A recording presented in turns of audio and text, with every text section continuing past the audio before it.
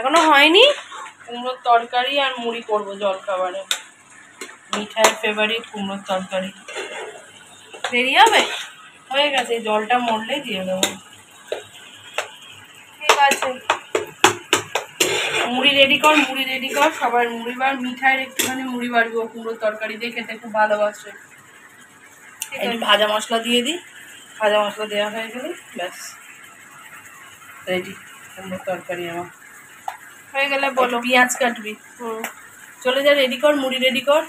বলতো বাপি এনেছেন, বুঝা যান কি দেখতে হবে। বললো তো কাঁচকলে তো পেকে গেছে। তাহলে কি বললো? আমি ভুলভাল বকছি, হয়তো পেকে গেছে পুরো।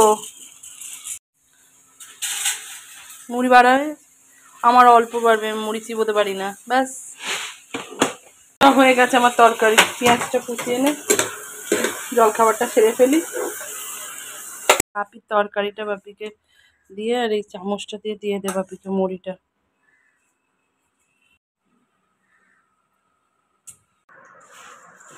আস্তে আস্তে হয়ে গেছে মাখা। এবার শুরু করে দাও। পেঁয়াজ কামড়ে একটা গাল পাকিয়ে কেরম করে খায়। আহা হা হা, একজন তো জিভের লাল ফেলছে এখানে বসে বসে কুমড়োর তরকারির গন্ধে। লাল ফেলে ফেলে একসা হয়েছে। খেয়ে না এবার, চলো আমরা খেয়ে নিই, তারপরে আসছি। টাটা। আমিও বসে বললাম আমার কুমড়োর তরকারি আর মুড়ি নিয়ে।